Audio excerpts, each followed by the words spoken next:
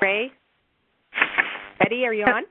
Yes, I am. How are you? Oh, fabulous. Good. How are you? Good. I disconnected my other phone, so that won't be disturbing us.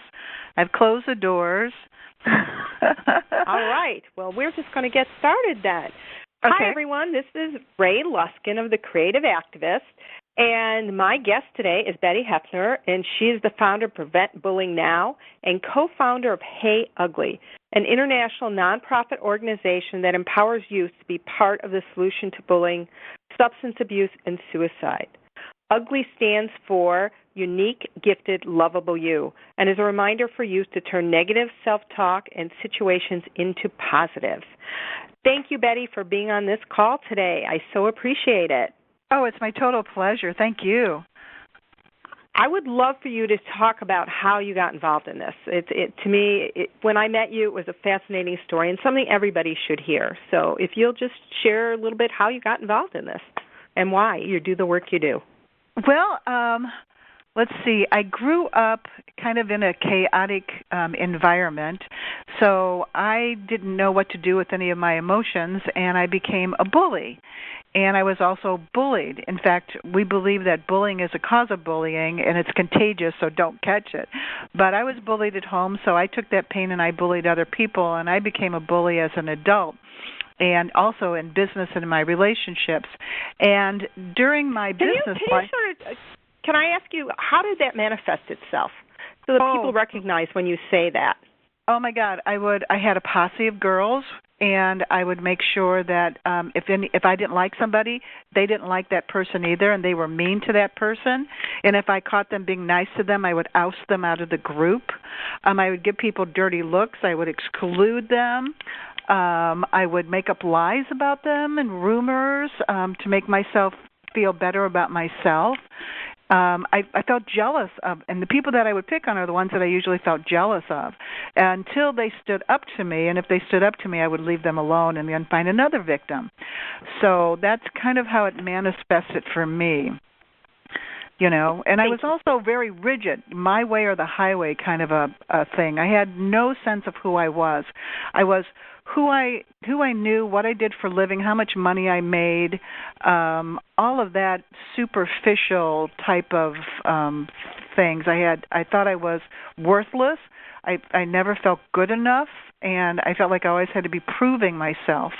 Very, very hard way to be living your life. So what changed? I met a friend of mine's wife was very pretty, but she was just like gray. Have you ever met those gray people? And I didn't know very much about her. And then one day I went over to her house and she was glowing. And I said, Peg, what happened to you? I mean, you're just absolutely beautiful. And she goes, well, she was sexually abused by her father when she was a young girl. And she went to therapists and did that kind of work, but she found something called an inner child worker, which really gets into you going back to that 13-year-old child that's in pain, or that 14-year-old child, or whatever the ages of the child, or many ages that you might have pain, and actually learning how to heal it. So I said, I got to get the name of this person. Number one, I wanted to look that good. I'll admit that. But number two, I really wanted to make some changes, because I used to smoke 4 packs of cigarettes a day, and I was a workaholic, and I quit smoking cold turkey on my 42nd birthday. And all of a sudden, I'm crying all the time, and I have no idea why I'm crying all the time. And so when I went to the inner child worker, I asked her, and she said, I'll use a nice word. She goes, why do you poop? And I said, what? And she goes, why do you poop? Every day before you poop, you go, oh, my God, what did I eat? What's going to come out? All this other kind of stuff. And she goes, but what really is going on is you've got all this emotion that's inside of you that needs to come out. And one of the most healing ways to get it out of your body is to cry. And so your body's going into a normal reaction because you were sucking down all of your emotions as you were smoking. You were sucking down all those emotions as you were working and avoiding what you were feeling. So that's pretty much how that manifested, and how I got on that track. And when I started working with the inner child worker, the first book she gave me was The Language of Letting Go, which taught me how to actually let go of a lot of the old programming messages that I'd been feeding myself over the years. You know, when somebody bullies you, they might say the word to you once, but the person who's being bullied will say it to themselves 3,000 times over and over and over. I mean, every time my dad told me I was stupid, and sometimes he'd put another word behind "you're a stupid something else," I would constantly be saying that to myself. And that's one of the reasons why I became an overachiever, because I didn't want anybody to know I was stupid. But you know what? I wasn't, and I was wonderful. And doing the inner child work, I realized that I am really cool just by virtue of the fact that I was brought onto this earth. And can you just tell people Can you share with some people some of the tools that you did learn, some of the tips? Because I know we all struggle with this, that voice, that constant negative voice in our head. It doesn't matter. You know, no one has escaped that on some level. So what are some of the tips and tools that you share with people and you share in your prevention program? Oh my God. Well, we don't really do a lot of sharing of that, except in this new book that we just did. But we elicit. Once you have a total understanding of why a bully bullies, and you have that empathy for the bully, to be able to understand that they're in a great deal of pain, and they don't know what to do with that pain, so they're taking it all out on you. And like the kids came up with a saying, if someone is bullying you, they look them right in the eye and they open their heart as much as they possibly can under the circumstances, and they say, who's treating you so mean that you have to be mean to me? But in our programs, we elicit, but the thing that we do teach is empathy, empathy, empathy. Empathy for yourself and empathy for the person that you're having a conflict with. Here's another example that we do teach is the mirror. I remember I was having problems with a boyfriend, and my friend Sue DeBeja said to me, write down the top 3 things that are driving you absolutely crazy about this guy. And so I did. And then she goes, out of those 3 things, which one is driving you the most crazy? And I said, this one. I knew right away. I just knew right away. And she goes, okay, those are the things you need to work on about yourself. I said, what, are you crazy? And she goes, no, I'm serious. These are the things that you need to work on about yourself. And she was right. So when you're with somebody and they are absolutely driving you crazy, something's really irritating you about them, look at yourself and see what's inside of you that needs to be healed. What else do we teach the kids about getting the pain out of our bodies? There's a lot of ways you can do it. Laughing, singing music at the top of your lungs, taking a pillow and beating on it, the pillow, screaming at the top of your lungs, and then going in and looking at it, really, really looking at it. And, a lot of my came from some of the stuff that happened with my parents, and to have the empathy for my parents. It doesn't mean it's okay what they did, but they didn't know any better, and then try to find all the love that's there and try to honor all the love that they are. And the other thing is about forgiveness, which is it is the key to letting go, and to be able to forgive in a way that you say to yourself, this is not saying it's okay, but it's saying, I don't want to carry this anymore. I want to release this. Because there's a saying that I heard from Anthony DeMello. He says, not forgiving someone is like you taking poison and expecting them to die. That's very powerful. Isn't it? I know when I heard that. Yeah, I understand about forgiveness, and we've had a conversation about this before. That I know I had to forgive my grandfather, and that was controversial. First, I had to forgive myself. I had to forgive my parents for not protecting me, and I had to forgive my grandfather because he was a sick person. It was unfortunate, and I had to do it. But it wasn't for him. It was for me because I didn't want to carry that burden. The energy I expended on being angry and resentful and hurt all the time, it stopped me from living. And that gives whatever the abuser, the perpetrator, whatever, the bully, that gives them power over you for the rest of your life. And is that really what you want? You want to take back your life and make choices that are empowering to you. Absolutely.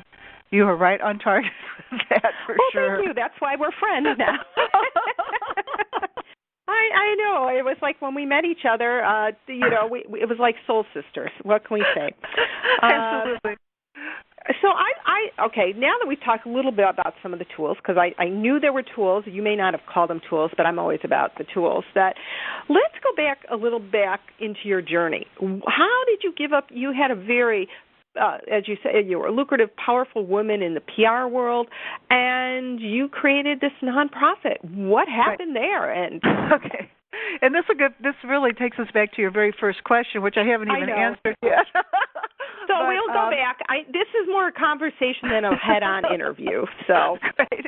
I was in PR for many, many years and representing everything from, Boston Chicken internationally to Thomas's English Muffins to Muhammad Ali to all sorts of different things. So, and I had a client in France, and I was, traveling the country and traveling the world and seeing all this stuff, but I was totally asleep while I was doing it.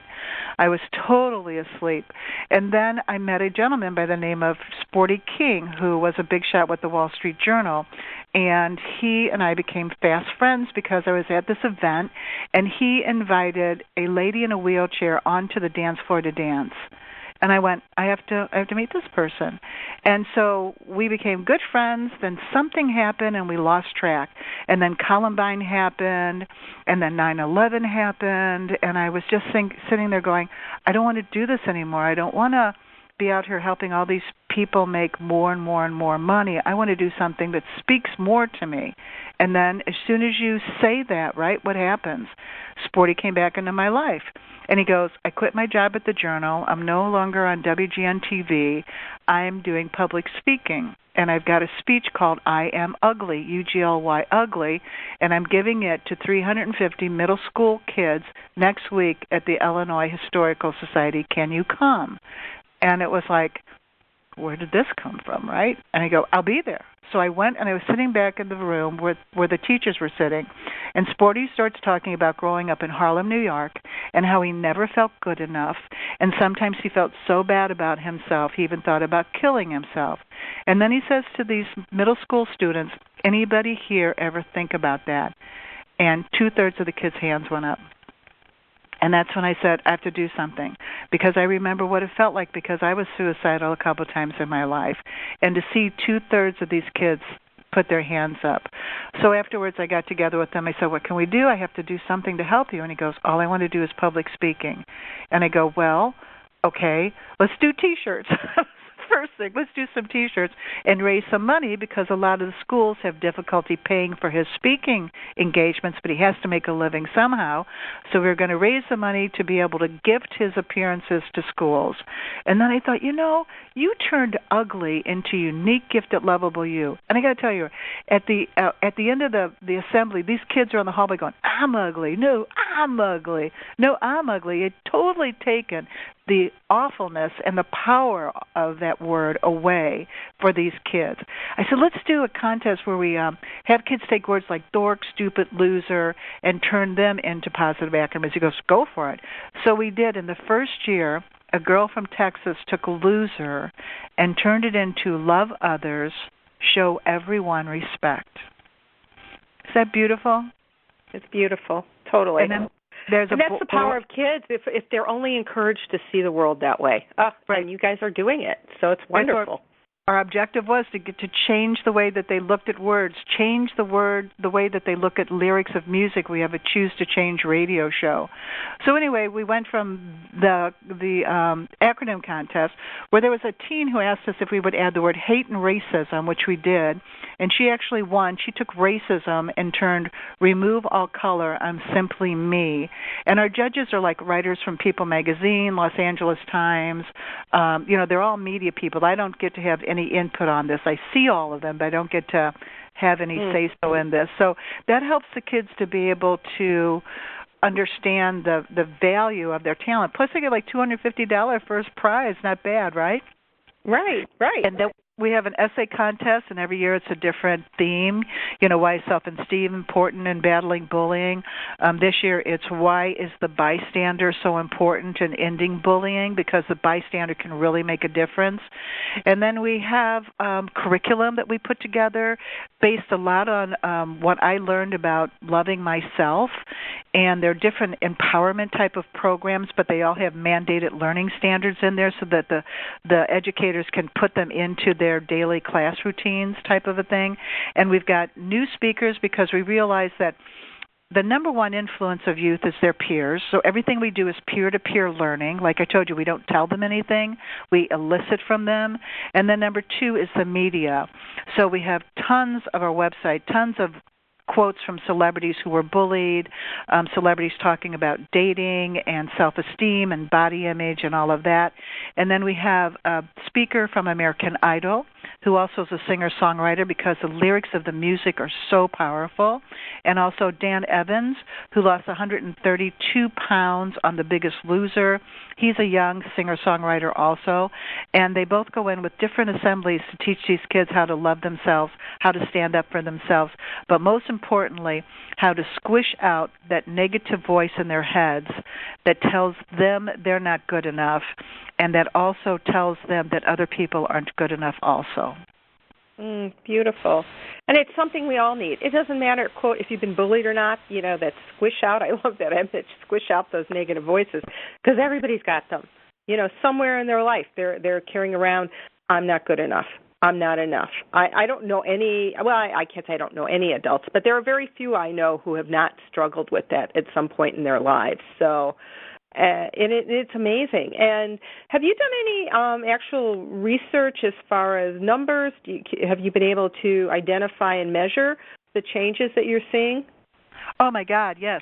In fact, we do pre and post questionnaires for every assembly that we do or every program that we do, and it's something like 87 to 94% of the kids learn how to squish out that, learn to, number one, recognize when they're having that negative thought about themselves, and then how to replace it. And that's the key. That's what Sporty King added.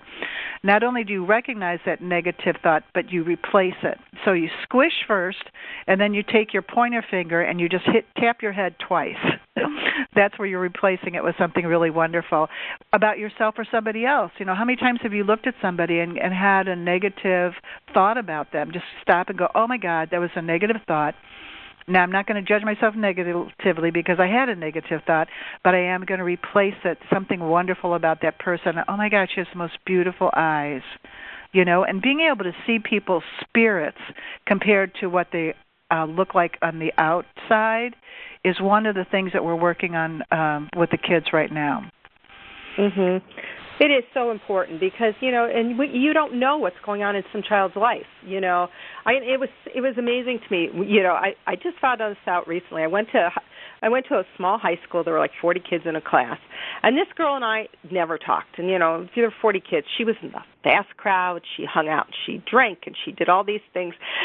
And just found out the reason she was doing that, her mom had cancer and was dying at home. But none of us would know. Right. And so we all labeled her this, and, she was the problem kid, and why is she, but as children, and we don't share the secrets in our home, the things, the pain, and so you're always surprised, like, that explains it, Yeah. and we don't tend to look for the good.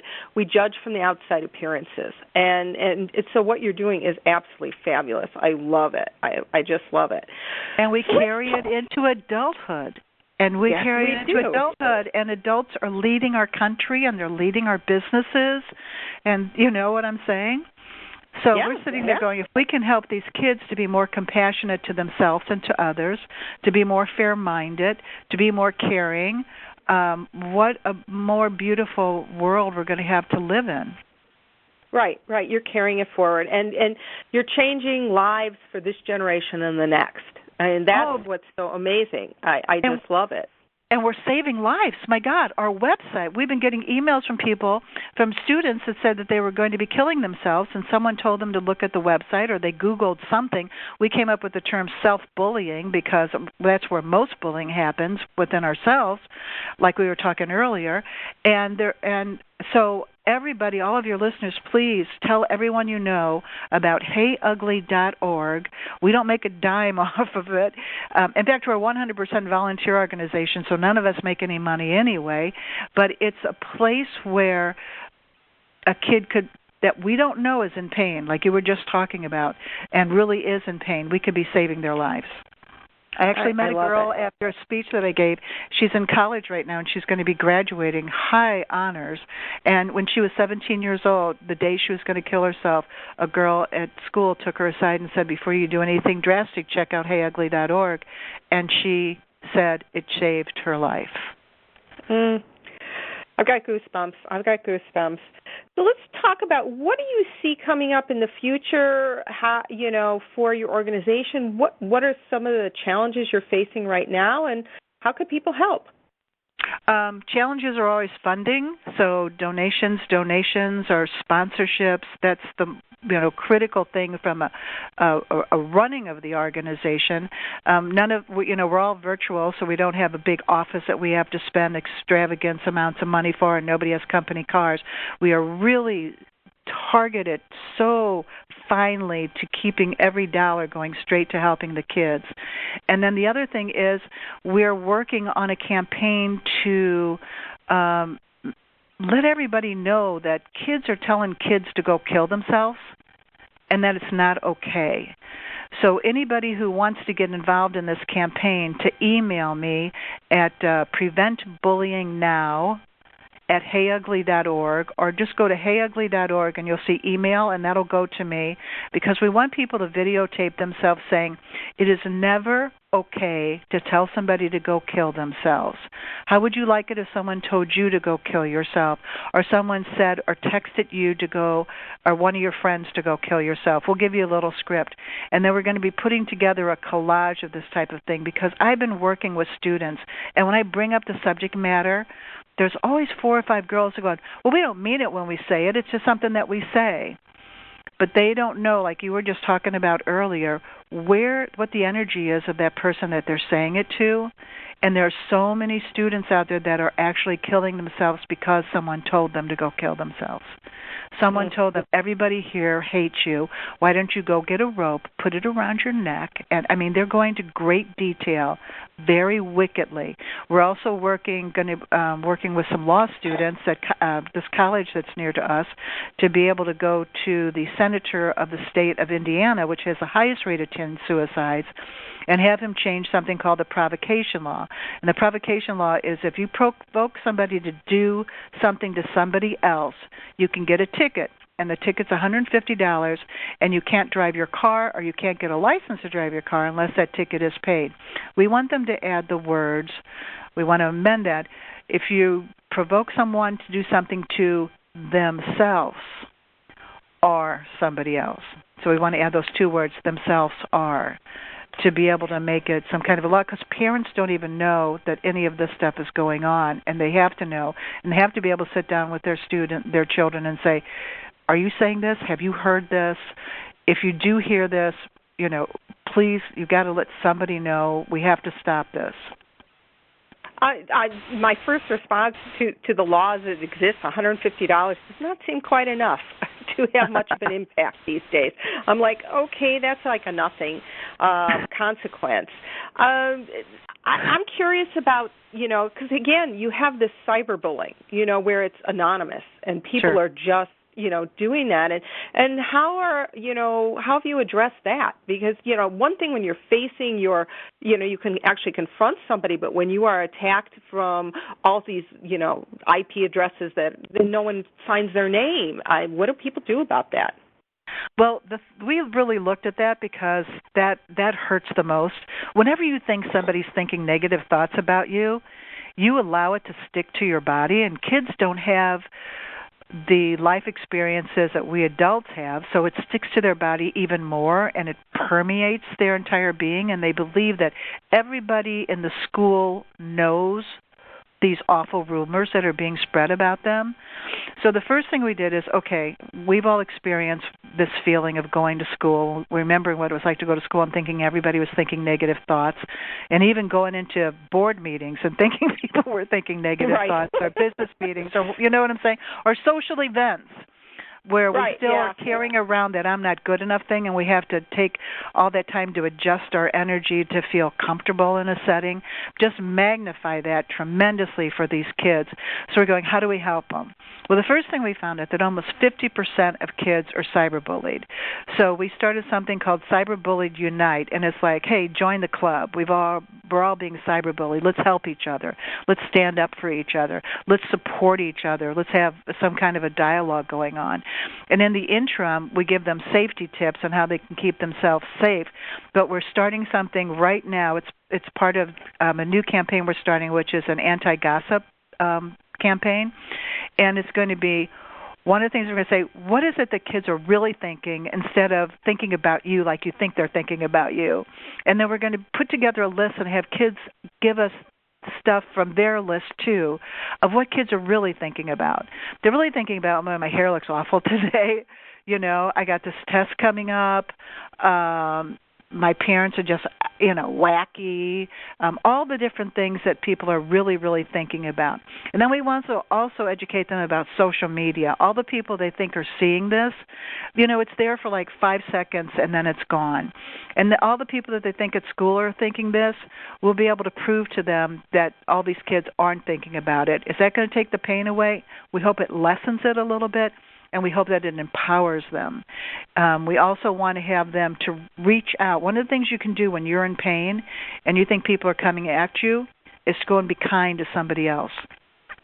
Find somebody that you can be kind to. Treat somebody how you wish you were being treated. I love that. I do. I love that. So I want to ask you, for you personally right now, what is inspiring you every day? And when you get, frustrated and stuck, and how do you get unstuck? I call you. Oh, okay. Or I'll call my other friends. That's one of the key things that I do. Friends are so important. And the friends that'll call you on your stuff too, not just the ones that are going to go, oh, I'm so sorry, but the ones that are going to really say, hey, why don't you take a look at this? Or, what you said about the mirror image, or what are you really afraid of? What's holding you back? That type of a thing. And then the thing that drives me every day is, I always said if I could help one kid, and the fact that we're helping so many millions of kids right now is fueling me to help even more. I mean, we get most of the hits on our website from the United States, but number 2 is Russia. Really? That's interesting. Wow. Yeah, I mean, that just kind of blew me away. So it's like, we know this is a global issue. We know that this is happening all over the world. We know that we're helping adults, too, by our content, because people are contacting us and saying, I saw a video on your website and it helped to change my life. Helped me look at something differently. Thank you very much. So that's what drives me every day. I know when we had that's wonderful. So what would be the legacy you'd like to see? For Hey U.G.L.Y? What would you? Yeah. What would you? That it never stops, and the interns that we've been working with, that they take it over and they run with it. I'm getting older, and so it's kind of like if anything ever happened to me, I would love this to be a youth-led organization, particularly the youth that we've been talking to and come to work for us. They're all kids that have suffered this pain and overcame it, by virtue of the fact. Are you really doing a training program with them then to empower them to take over this, or is that part of something you've thought about? I just thought about it right now. Okay. So you are the genesis of this. But yeah, talking to them about doing that. Obviously, they've got to go out and make a living, and unfortunately, Hey U.G.L.Y is not an enterprise right now where someone could make a living. But perhaps with the funding that would come in, we would be able to make that happen. so that these kids would be able to not have to go out and get that type of a job. They could use this as their job and also as their passion. I love that. So I want to thank you, Betty, for doing this today, and I so appreciate it. Do you have any final words for people? Love yourself and love others. And gratitude is the key. You're in any pain at all, jump to gratitude. Name 5 things that you're grateful for. I'm grateful for the tip of my pointer finger because it helps me deal with my radio when I'm in the car and I want to go through scanning. I love that. That's great. I know I use that all the time. I think I've said this before, but when I was in a great deal pain and depression, I did 3 gratitudes and 3 wins for a day. That was every day until I could, and then all of a sudden you generate this list and it builds on itself. There's something so special about that, and some days it is. It's like, when I was depressed, I was like, okay, I got out of bed. I washed my hair today.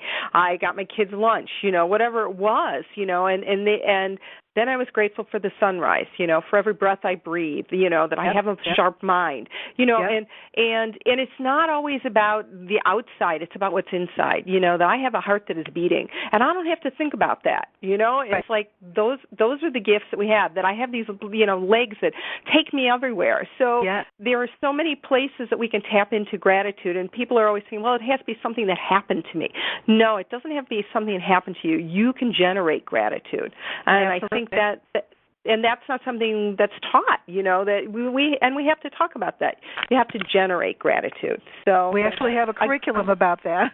Thank you, body. I promise. It's called Thank You, Body. I promise to keep you healthy. And I encourage everyone to every morning thank your intestines. Say, hey, thank you for doing your job. Right. There was an old tape by Louise Hay that was about thanking all the body parts, and I used to listen to it in my car.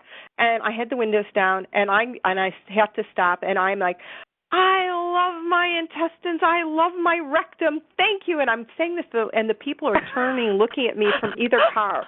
But I want this tape. I haven't heard it, but I agree with that 100%. Right. And it's an old thing that I listened to for years, because I was like, okay. But that was my moment. I was like, okay, own it, Ray. Just own it. Oh, Ray, you're amazing. Well, thank you. You are amazing. I'm so glad I got to meet you, and I'm so proud of you and all this work that you're doing. It's fantastic. Keep it up. Thank you, and you are too. And it's like, we're supporting each other. And I as I said, the reason I'm doing these interviews and I created the Creative Activist Facebook group is because we all need to be supported. We need that friend, that place that we are partners in believing in our dreams, and that comes from Mary Morrissey, partners in believing. And that's what you and I are for each other, and I hope that people, as they listen to this conversation, will start finding there are people who will believe in your dreams, and they don't have to be huge dreams. They can be, I want to be a better person. I want to stop gossiping. Just think about one person who decides not to gossip, how that's going to change and affect every person they know. And absolutely. So this is the work that we're out there to do, and the Creative Activist is, this is the model that I want to use and share with people. And going forward with this group, and I'm going to have a retreat in September, and where people can take this further and dive deep into what are their gifts and talents and passions, and find that calling for themselves, and come away with a I can do this attitude, that we can, if we can. What we do matters, what we say matters, and that we all make a difference. So that's the message, and I want to again thank you for doing this, and we'll be talking soon. Okay, thank you very much. All right, one more time, tell people how to find you.